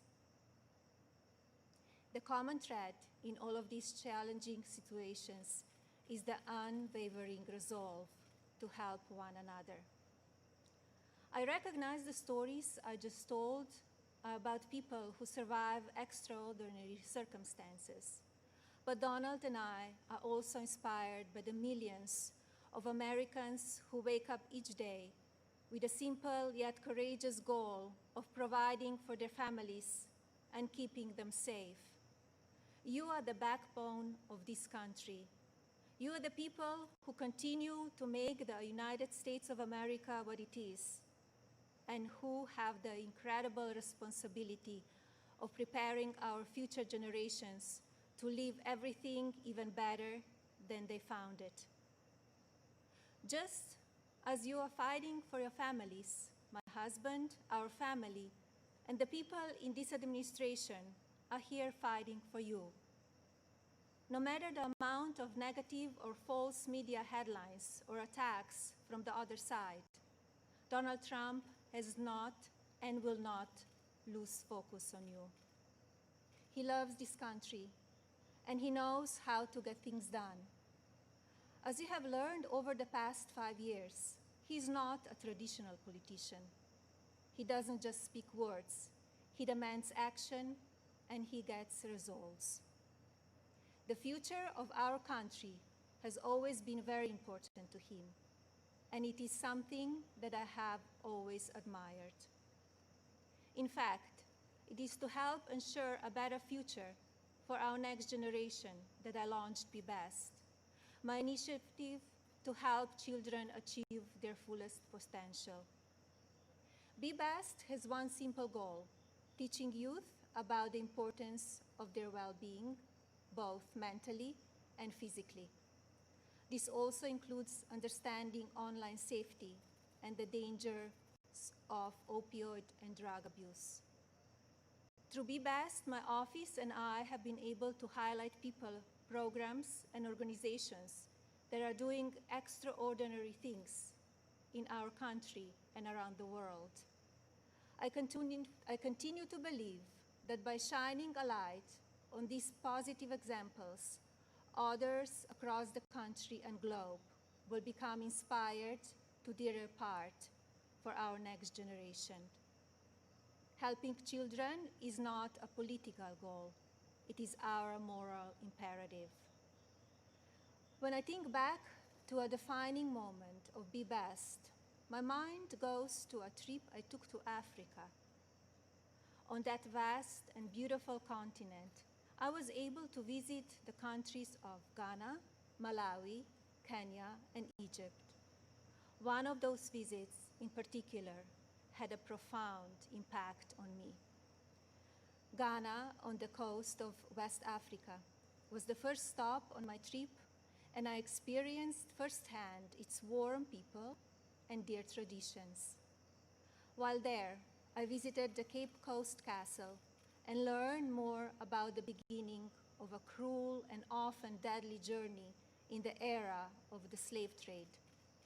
I was horrified when I listened to the guide tell me so many inhumane stories, and I gained new perspectives. It is time in our history we must never forget, so that we can ensure that it never happens again. Like all of you, I have reflected on the racial unrest in our country. It is a harsh reality that we are not proud of parts of our history. I encourage people to focus on our future while still learning from our past. We must remember that today we are all one community comprised of many races, religions, and ethnicities. Our diverse and storied history is what makes our country strong, and yet we still have so much to learn from one another. With that in mind, I like to call on the citizens of this country to take a moment, pause, and look at things from all perspectives. I urge people to come together in a civil manner so we can work and live up to our standard American ideals. I also ask people to stop the violence and looting being done in the name of justice, and never make assumptions based on the color of a person's skin. Instead of tearing things down, let's reflect on our mistakes, be proud of our evolution, and look to our way forward. Every day, let us remember that we are one nation under God, and we need to cherish one another. My husband's administration has worked to try and effect change when it comes to issues around race and religion in this country. He is the first president to address a special session of the United Nations General Assembly to call upon countries across the world to end religious persecution and honor the right of every person to worship as they choose. He has made substantial investments in our historically black colleges and universities. This president also continues to fight for school choice, giving parents more options to help their children flourish. My husband knows how to make a real change. From the day that I met him, he has only wanted to make this country the best it can be. For many years, I watched him grow concerned and frustrated, and I'm so proud to see the many things he has done in such a short time. America is in his heart. So while at times we only see the worst of people and politics on the evening news, let's remember how we come together in the most difficult times. And while debate rages on about issues of race, let's focus on the strides we have made and work together for a better tomorrow for everyone. Our administration has also devoted historic resources and produced life-saving results by raising awareness around opioid addiction and drug abuse, especially for children. When so often the headlines are filled with gossip, I want to take this moment to encourage the media to focus even more on the nation's drug crisis. This disease is one that affects everybody. It pays no attention to race, age, or socioeconomic status. Addiction has touched every part of our society in some way. And now, more than ever, we have programs and medicine to combat it. We just need to talk about it openly. And you, the media, have the platforms to make that happen. To the media industry and as a country, I ask that we all commit to helping in our fights against drug addiction by talking about it even more. Especially as we battle the COVID pandemic, we need to remember that suicides are on the rise as people who are struggling with loneliness and addiction feel they have nowhere to turn. Parents, please talk to your children. Teachers and caregivers, pay attention to signs of addiction. Lawmakers, pass legislation that allows those who ask for help to do so safely and without fear, and to provide resources for organizations that help people impacted by addiction. When the stigma is removed, people will no longer be ashamed to ask for help, and lives will be saved. And if you are struggling with addiction, there is no shame in your illness. Please seek help. You are worth it. In my next 4 years as First Lady, I will continue to build upon Be Best and work with individual states to pass legislation to take care of our most vulnerable. I plan to continue the work I have started with children in foster care, as well as the minority communities and tribal nations. I want to ensure children are being protected and communities have the resources needed to combat drug addiction and child neglect or abuse. Like my husband and the administration, I will continue to encourage education that supports a child's individual needs. It is vital that children are given the building blocks to succeed. I also look forward to continue my work to restore the People's House, which is a lasting symbol of pride for our nation. I believe this iconic home needs to be cared for and preserved so it can be enjoyed by the people of this country and visitors from around the world for years to come.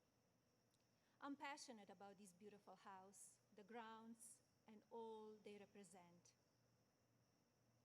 And now, I have a special message for the mothers of this country. This modern world is moving so fast, and our children face challenges that seem to change every few months.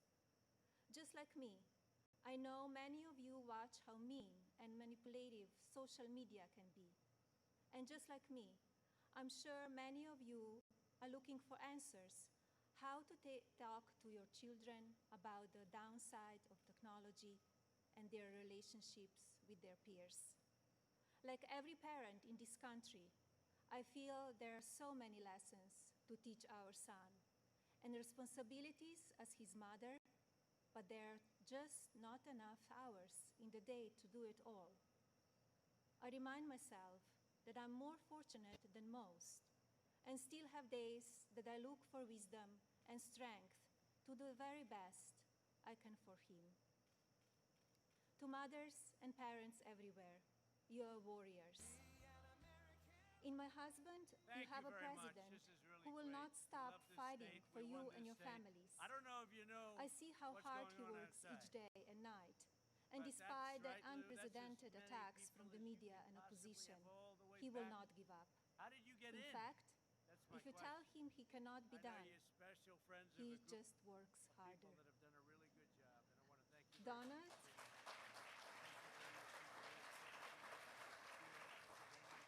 Donald is a husband who supports me in all that I do. He has built an administration with an unprecedented number of women in leadership roles and has fostered an environment where the American people are always the priority. He welcomes different points of view and encourages thinking outside of the box.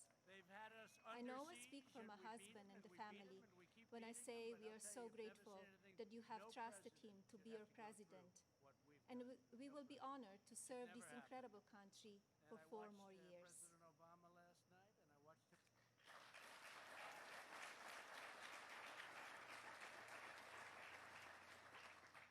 As you have heard this evening, I don't want to use this precious time attacking the other side, because as we saw last week, that kind of talk only serves to divide the country further. I'm here because we need my husband to be our president and commander-in-chief for 4 more years. He is what is best for our country. We all know Donald Trump makes no secrets about how he feels about things. Total honesty is what we as citizens deserve from our president. Whether you like it or not, you always know what he's thinking. And that is because he's an authentic person who loves this country and its people and wants to continue to make it better. Donald wants to keep your family safe. He wants to help your family succeed. He wants nothing more than for this country to prosper, and he doesn't waste time playing politics. Almost 4 years ago, we went into Election Day completely underestimated.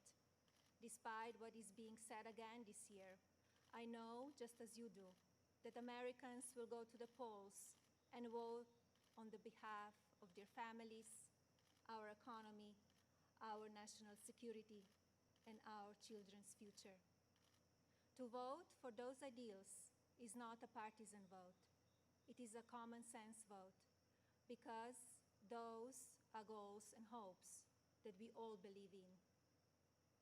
I believe that we need my husband's leadership now more than ever in order to bring us back once again to the greatest economy and the strongest country ever known. God bless you all, your families, and God bless the United States of America.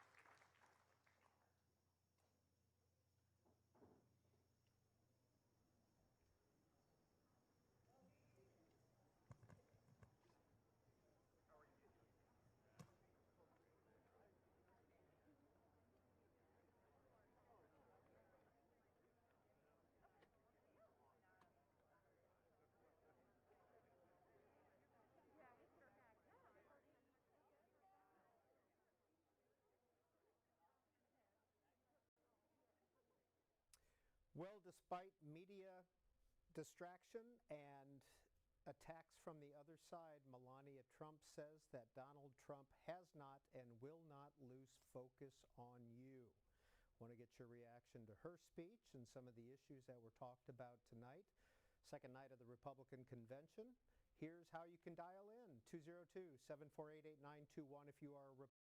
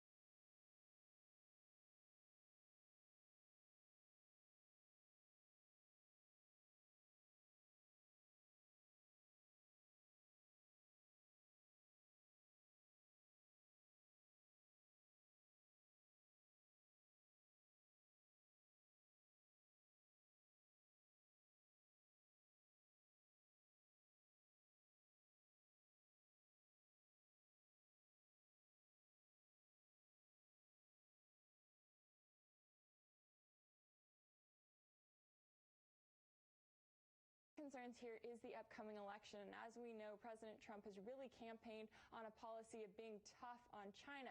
In fact, in a recent interview, he actually told Fox News that he is considering decoupling from China and not working with the country at all. Take a listen. We were doing better than we've ever done with China, and I was all set to rock and roll, and then we got hit with this damn situation. But you know, you're asking a question, because you're asking two questions. Well, would you be tougher at this or that? But then you're asking a second question. Would you ever just decouple, not do business with China? Because, you know, we don't have to. Now, as of right now, there is still hope for a phase 2 of this trade deal, but at the same time, we also know that the ongoing coronavirus pandemic, along with these claims from the U.S. of national security concerns online, they could really play a part in that final deal. Yeah, obviously it'll play a pretty big part. Rachel Blevins, thank you so much for that report. Thank you.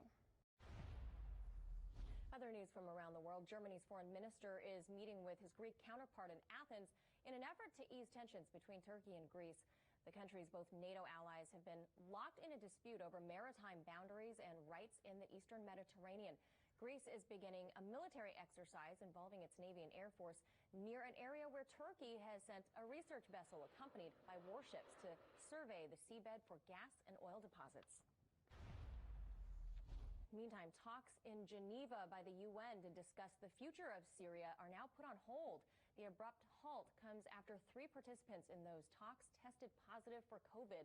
The meeting includes 15 representatives from the Syrian government, the opposition group, and civil society.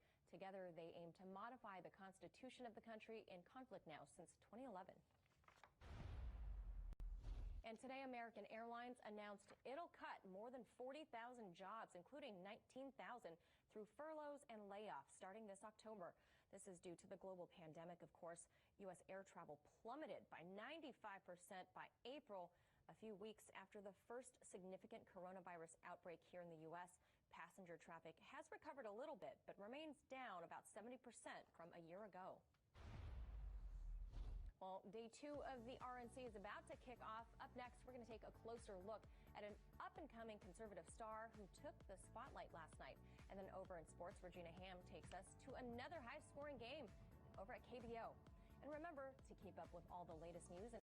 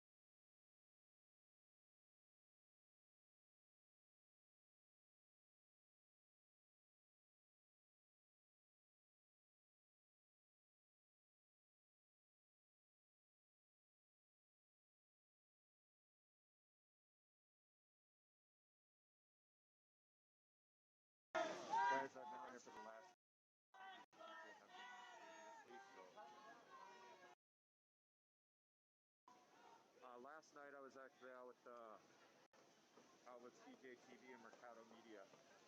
We were all throughout this.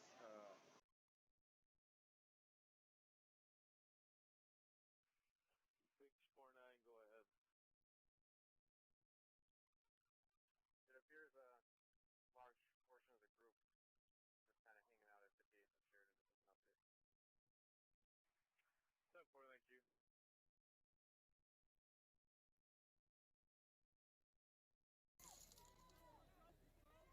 Joe Petrie donated $3. Suck it, Brock.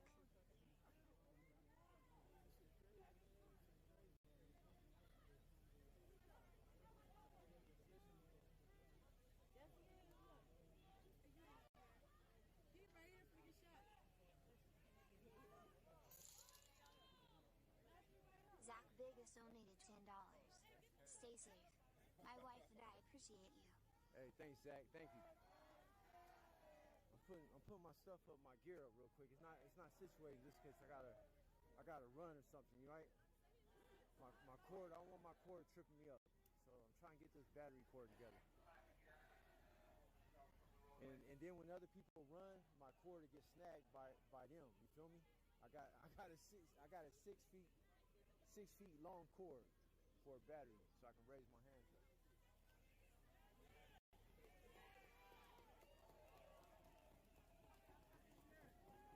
My cord ain't no joke. Got a long cord. Big Doggle donated $3. Bet you only have 20 seconds to poop.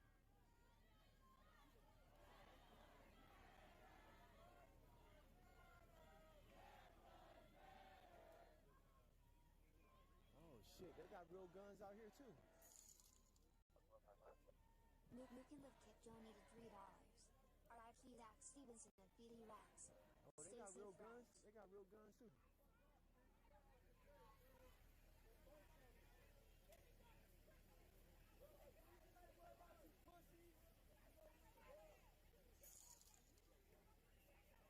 Max Godmepa donated $3. Mike Health is praying you stay safe tonight, Dredge.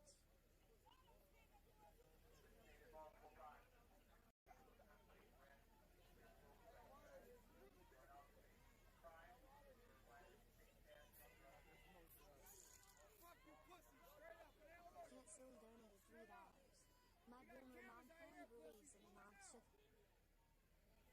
Straight up. Hey, they telling and whispering to each other about the guns that are in the crowd. So I seen the dude, I seen the cop flashing his light towards the people that got the guns, you know? Lisa Unger donated $3. I like your new underwear, by the way. Pussies, fuck 12. Ah, you see the new underwear. Oh man, they got real guns. They got real guns. Shoot us out, pussy! Fuck you, pussy!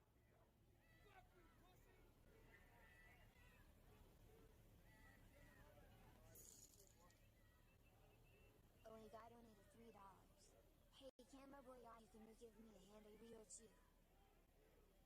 455 command. 455, go ahead. It's actually EMS/fire wagon. I mean, it is. It's a full EMS.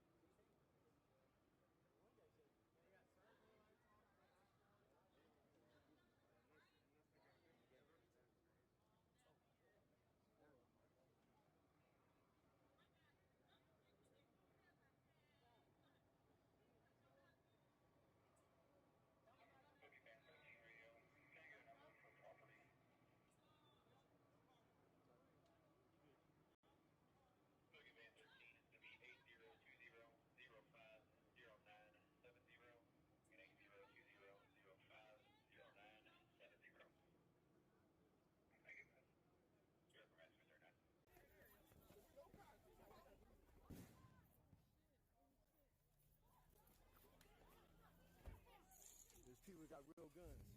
HB2N donated $3. Dear BLM, police want all the smoke.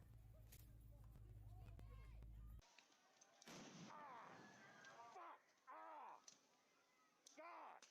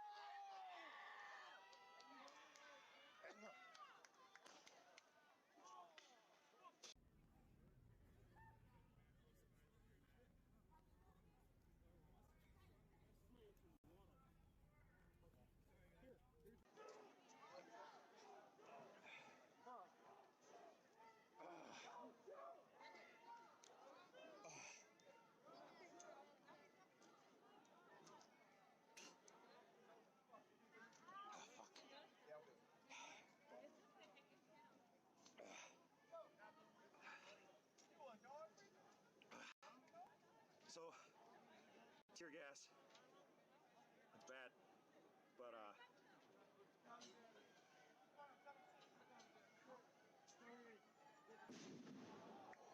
whatever exploded near me caught the inside of my leg. Yeah, we got milk treatment. Yeah, yeah.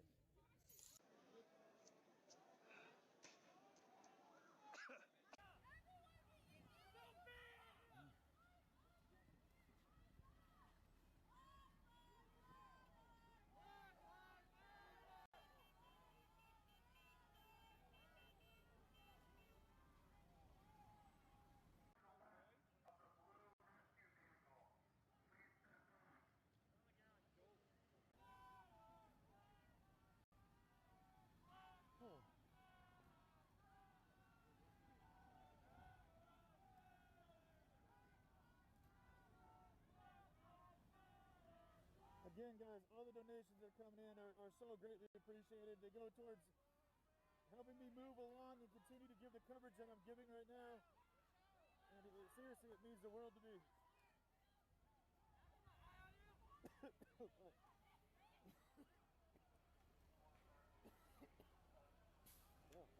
I need to get a better mask. I don't have much.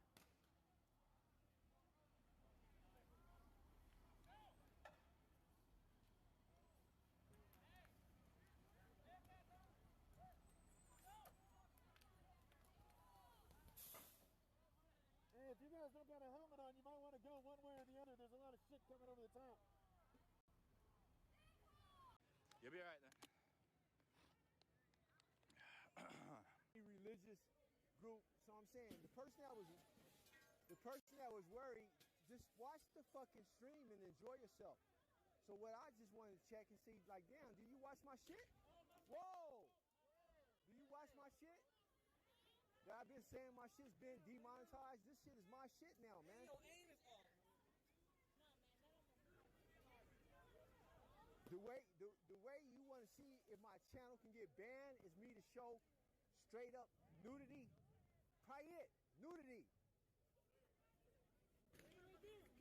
I could probably get banned for 90 days if I show a boxing match, a live boxing match. Be quiet with all that sensitive shit. Joshua donated $3. Is this the Gorilla channel?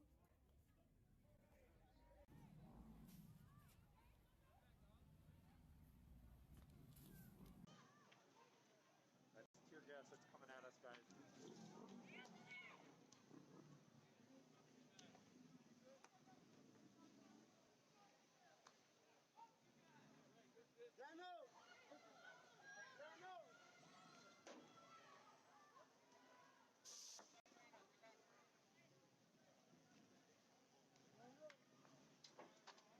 I don't know if you guys can hear it, but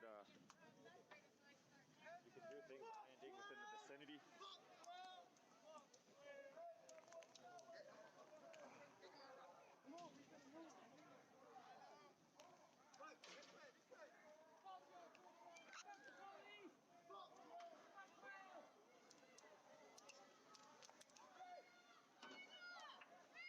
Bearcat has pushed forward.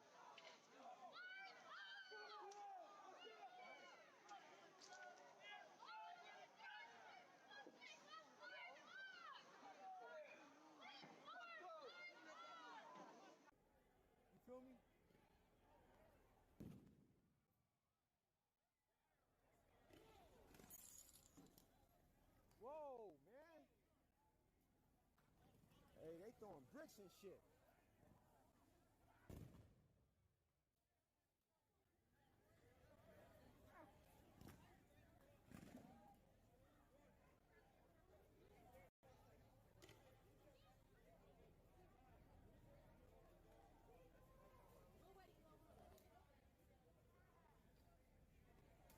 Yeah, hey. And then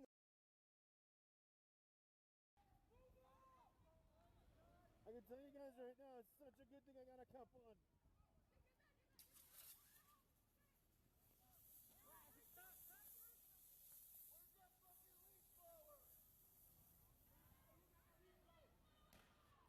Don't do it, don't do it, don't do it, don't do it.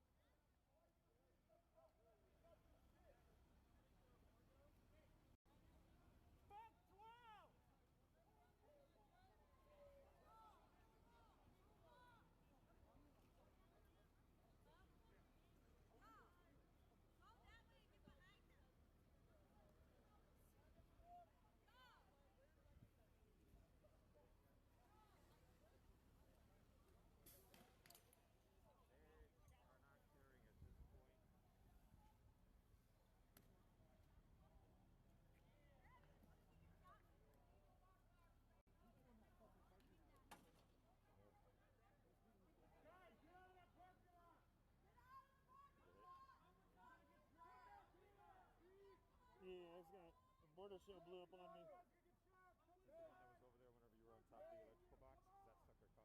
side of the leg. I saw that. Lakota, our new intern, got hit by a flash.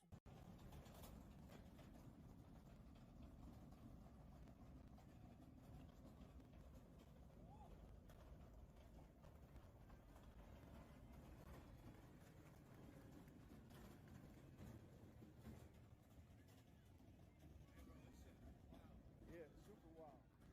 You know, like we get to Minneapolis, I was late to the beginning of this is like start to finish.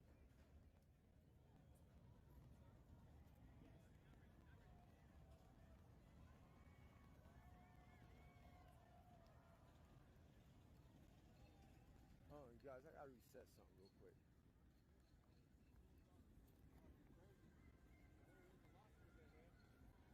Yeah.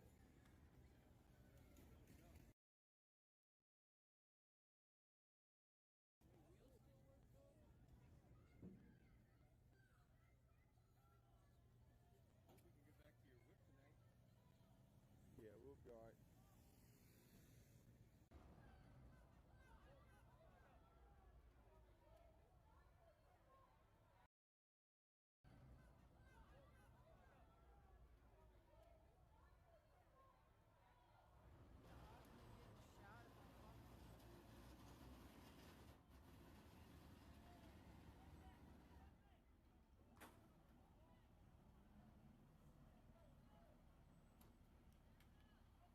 You can hear bricks hitting these things, now they're shooting rounds into the ground.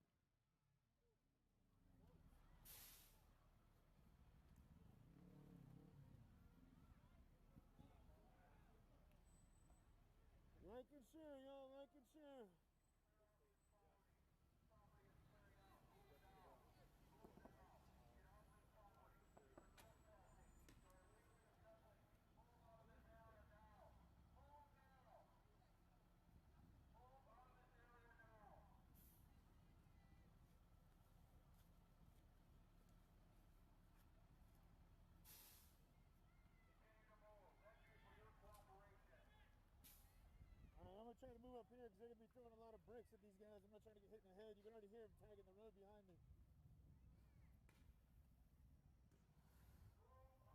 In the distance, guys, right behind there, there's the burnt out car lot from last night and the night before.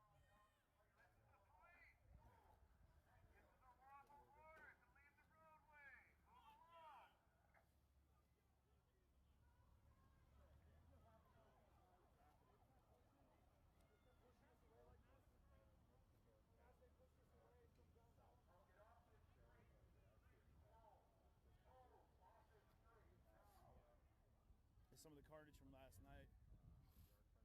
Again, you have the police up in the distance there, and I think they're trying to keep people from heading down that road. Oh, shoot.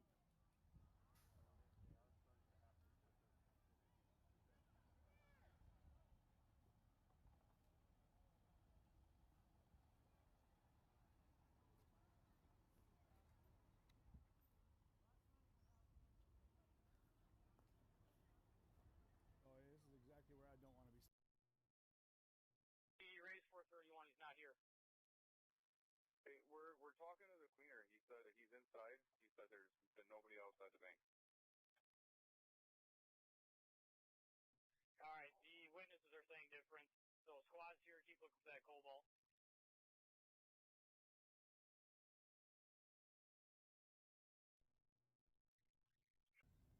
Hold on, you guys. I gotta.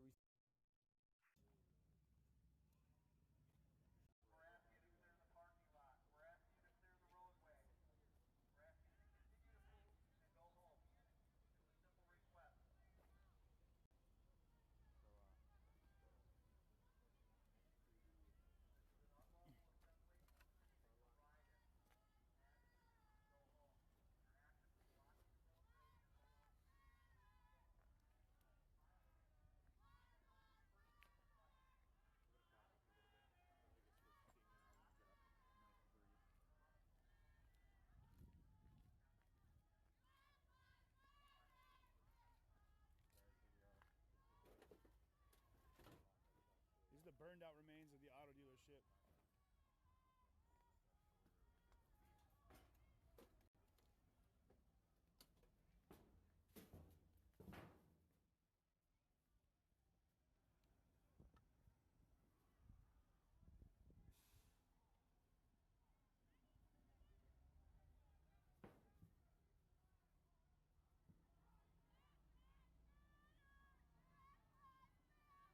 Can't really see it, but on the roof of that building back there, there's armed men with assault rifles.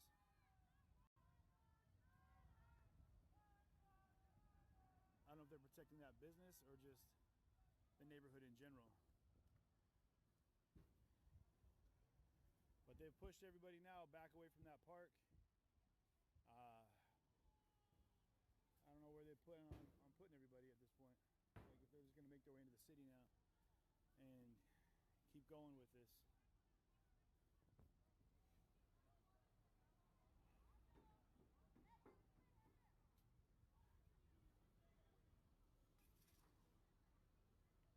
Oh, they're shooting fireworks at the guy.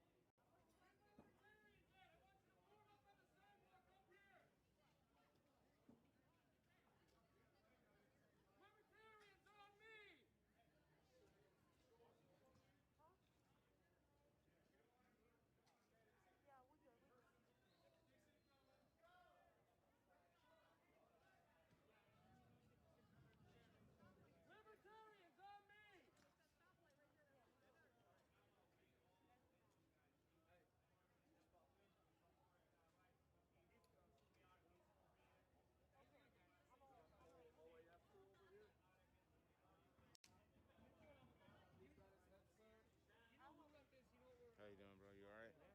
How are you doing? I'm doing good, bro.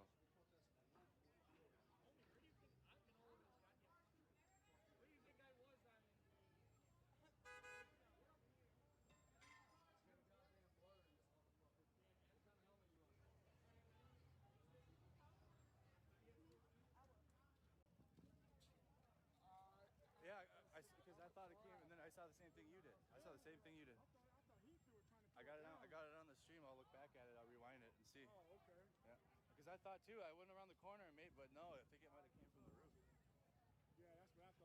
think he tried to throw it and he like missed. Like He missed. Yeah, he didn't throw it far enough. Well, I'll go back on the stream, guys, and rewind and see where that came from. If you guys saw it too, just I don't know, just in case people are like that fucking dumbass shit, dude. Like that's what I'm talking about.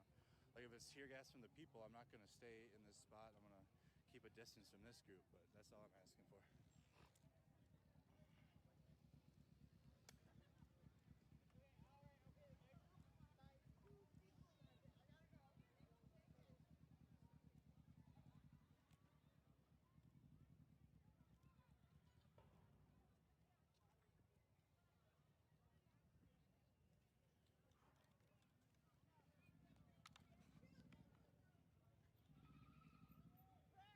He is peacefully, which is good.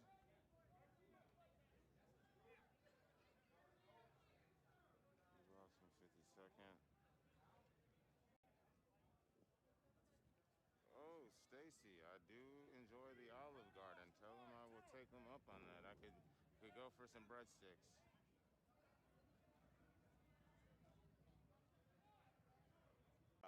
59th Street and 60th Street, and on Sheridan Road. We're on Sheridan and between 59th and 60th Street. And all in the area. Some Gatorade. Could you hold that for me, please? Just hold it right here. Yeah, gotcha. I just want to open this thing. Yep, gotcha. Thank you. Actually, if you reach in this bag over here, yeah, there's water too. I don't know if you need it. I dropped my food. 10-second rule. 10-second rule. I'm trying to get hit by these. I'll grab it in a second. Thank you. Is there a sign stuck here? I don't know what they're rubbing against, but it's.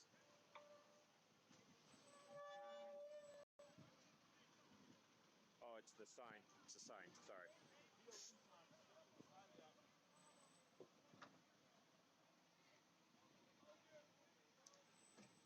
We're gonna try and.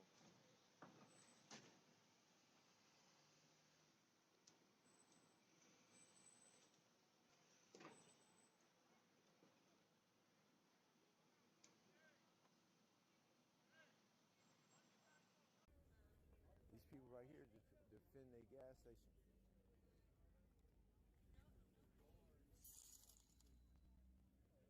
Risu donated $3. This black brother voting Trump 2020. I got a felony. I can't vote. Oh, you mean you? My bad. Oh. Whoa. Risu's voting tweeting. That's what he meant. More power to you, man. Everyone got to vote and believe in something.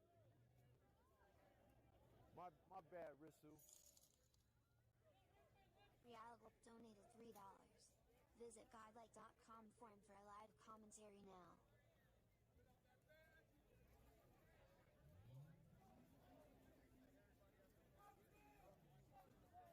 Yeah, these people right here protecting their shit.